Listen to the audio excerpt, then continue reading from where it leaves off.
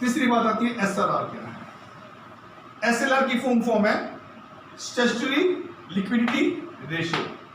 Statutory liquidity ratio ये एक ऐसा रेशियो होता है मेरे बच्चों जो हर बैंक को तब क्रिएट करना होता है जब वो गोल्ड में पैसा इन्वेस्ट करने लगता है अपने लोगों का।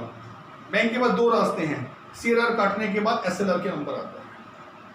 एसएलआर क्या होता है, बैंक जब अपने लिक्विड एसेट में पैसा लगाना चाहता है, कहीं बाहर पैसा इन्वेस्ट करना चाहता है, पैसा तो जनता का है, जनता ने जमा किया है, लेकिन बैंक चाहता है कि मैं इसकी इन्वेस्टमेंट बाहर कहीं करूं, तो इन्वेस्टमेंट करने के लिए उसे पहले इस रिजर्व में एसएलआर का एक प्रोविजन रखना पड़ेगा, एक स्पेसिफिक दर से जो गवर्नमेंट बताती है वो स्टैट्यूटरी लिक्विडिटी रिजर्व बनाना पड़ेगा। मान लो 100 करोड़ का बैंक बाहर इन्वेस्ट करना चाहता है सोने में, या कहीं शेयरों में कहीं इन्वेस्ट करना चाहता है, म्यूचुअल फंड में कहीं इन्वेस्ट करना चाहता है, तो उसे जब लिक्विड एसेट में इन्वेस्ट करना है तो पहले एसएलआर की जितनी भी रेशियो सरकार ने रखी है वो पूरी करनी पड़ेगी। मान लो मैंने कह दिया जी 100 करोड़ रुपए का बाहर इन्वेस्ट करना चाहता है पीएनबी, पंजाब नेशनल बैंक, और सरकार ने कह दिया 50% महंगाई है तो महंगाई को कंट्रोल करना है। सरकार कहती है अब महंगाई है और रिस्क भी है कि जनता के पैसा ये माल शेयरों में लगा रहे हैं, कल को डूब जाए, क्या है क्या नहीं, तो गवर्नमेंट ने इधर कह दिया कि महंगाई के समय ये पैसा कम आगे जाए, तो वो 50% इसका रखती है सीआरआर, तो कम से कम उसको इन्वेस्टमेंट करने के लिए पहले कितना रुपया होना चाहिए बैंक के पास, 150 करोड़। महंगाई में एसएलआर को बढ़ा दिया जाता है, स्टैट्यूटरी लिक्विडिटी रिजर्व को बढ़ा दिया जाता है, और मंदी के समय इसे घटाकर 10% भी किया जा सकता है, घटाया जा सकता है। वही सेम चल रहा है जो प्रोसीजर मैंने बताया था।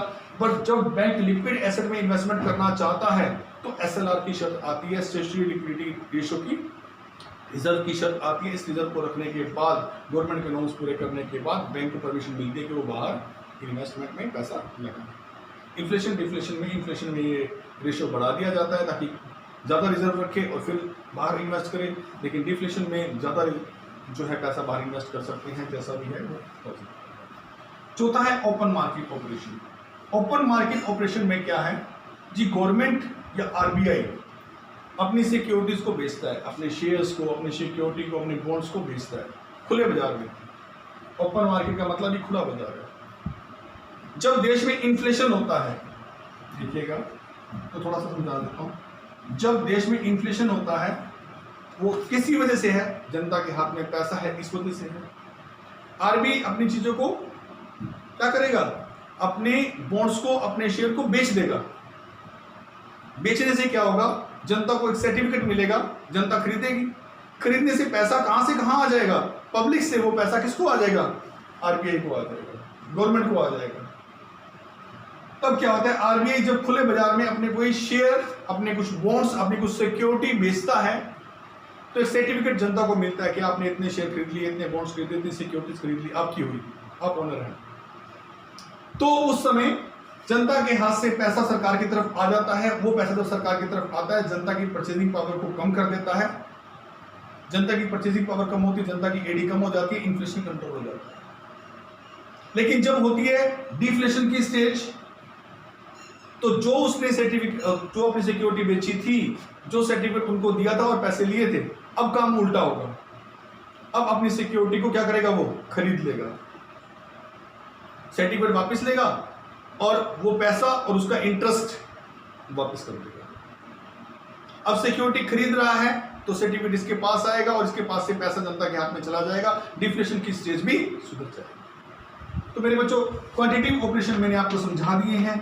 मेरी कोशिश है कि इनमें से मैं एक या दो और आपको बता दूं, चलो ये ज़्यादा इंपॉर्टेंट है तो मैं आपको बता रहा हूँ मार्जिनल रिक्वायरमेंट का, ठीक है, और बाकी आप मुझे कॉन्टेक्ट करके पूछ लेते हैं। मैं इसमें दो बता देता हूँ, मार्जिनल रिक्वायरमेंट, डायरेक्ट एक्शन क्या होता है, या मैक्सिमम बता देता हूँ। मार्जिनल रिक्वायरमेंट क्या है, मार्जिनल रिक्वायरमेंट है कि आप लोन कितना लेना चाहते हैं और सिक्योरिटी कितने की रख रहे हैं। इन्फ्लेशन और डिफ्लेशन से संबंध बनाया जाता है इसका। मार्जिनल रिक्वायरमेंट ध्यान से सुन लीजिएगा, एक छोटा सा एग्जांपल दूंगा और मैं आपको क्लियर करूंगा मार्जिनल रिक्वायरमेंट की बात। बिल्कुल बच्चों, अगर देश में इन्फ्लेशन है तो क्या होगा और डिफ्लेशन है तो क्या होगा। देखिए, ये है सिक्योरिटी जो ऑफर की है, security offered for loan. Loan के लिए सिक्योरिटी ऑफर की 10 लाख रुपए की। मान लो हमारे पास 10 लाख की जमीन है या 10 लाख का मकान है, हमने सरकार को ऑफर किया, बैंक को ऑफर किया मुझे लोन दो, ठीक है। और जो लोन ग्रांट हो रहा है, ठीक है, जो लोन ग्रांट कर रही है गवर्नमेंट, अब नॉर्मल डेज है तो सरकार 10 लाख की सिक्योरिटी रखने के बाद बैंक क्या करते हैं, 8 लाख का लोन दे देते हैं। नॉर्मल स्टेज आता है, नॉर्मल इकोनॉमिक स्टेबिलिटी है। तो मार्जिन कितना है इसका, 2 लाख। बैंकों ने 10 लाख की सिक्योरिटी रखने के बाद लोन ग्रांट किया 8 लाख का नॉर्मल सिचुएशन में, तो मार्जिन कितना रखा है सिक्योरिटी ऑफर और लोन ग्रांटेड के बीच में, 2 लाख का। अब अगर महंगाई है, अब स्टेज आती है अगर इन्फ्लेशन है, तो इन्फ्लेशन है तो गवर्नमेंट ने, आरबीआई का ऑर्डर आया भाई कम से कम लोन दो।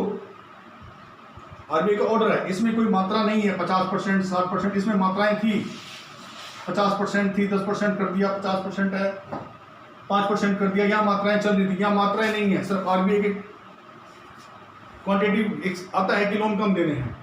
अब हर बैंक की मर्जी किस हिसाब से बिहेव करता है।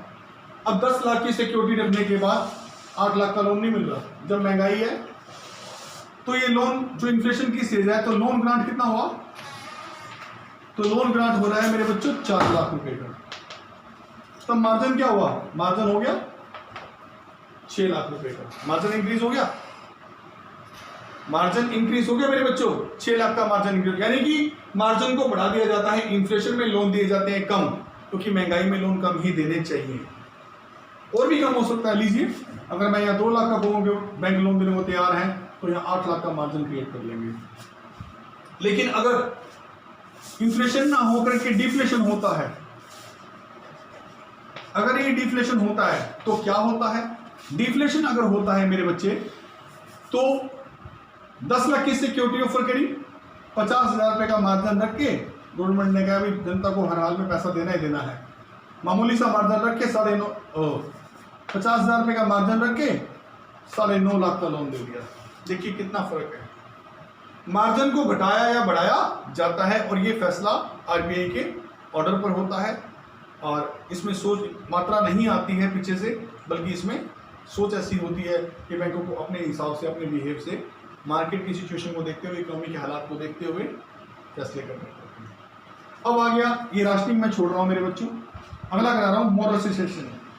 इसमें नैतिक रूप से एक चिट्ठी आती है, एक पत्र आता है आरबीआई से सभी कमर्शियल बैंकों को, महंगाई है लोन कम दीजिए, देश के हालात ज़्यादा गंभीर है, ज़्यादा महंगाई है लोन कम दीजिए, या डिफ्लेशन है लोन ज़्यादा दीजिए। इस तरह का कोई लेटर आपको आएगा और आपको उसको नैतिक प्रभाव से मानना है। मानना ना मानना बैंक के हाथ में होता है, लेकिन आरबीआई मोरल नैतिक रूप से अपना फर्ज निभाता है कि भाई इस समय महंगाई है लोन मत दीजिए, इसमें महंगाई नहीं है लोन दीजिए। आगे आगे डायरेक्ट एक्शन, गवर्नमेंट इन सभी को अप्लाई करती है और इन सभी को भी अप्लाई करती है। बार बार नोटिस आते हैं, अगर कोई बैंक नहीं मान रहा किसी आरबीआई के आदेश को, और बार बार महंगाई के स्टेज पर भी काफ़ी ज़्यादा लोन दे रहा है और परवाह नहीं कर रहा आरबीआई की, तो आरबीआई डायरेक्ट एक्शन करते हुए उसे बैंकों की श्रेणी से बाहर कर देती है, या उस पर कुछ पेनल्टी या उसकी कुछ क्लियरेंस ऑफ चेक, कुछ ना कुछ उस पर रोक लगाती है, कुछ रिस्ट्रिक्शन, कुछ पेनल्टी उस पर लगाई जाती है ताकि वो रुके। और आरबीआई क्योंकि बैंकों का राजा है, उसके नीचे बाकी सारे सबऑर्डिनेट बैंक या कमर्शियल बैंक काम करते हैं, उसको उसकी बात माननी पड़ती है। तो डायरेक्ट एक्शन का मतलब है उसे उठाकर बैंकों की श्रेणी से बाहर भी किया जा सकता है। तो मेरे प्यारे बच्चों, यहाँ जो मैंने आपको बताया आज, ये सारा मैंने बताया आपको मॉनेटरी पॉलिसी का। उम्मीद है आपको समझ में आया होगा, नहीं आया तो आप वाया कॉन्टैक्ट मुझसे पूछ सकते हैं।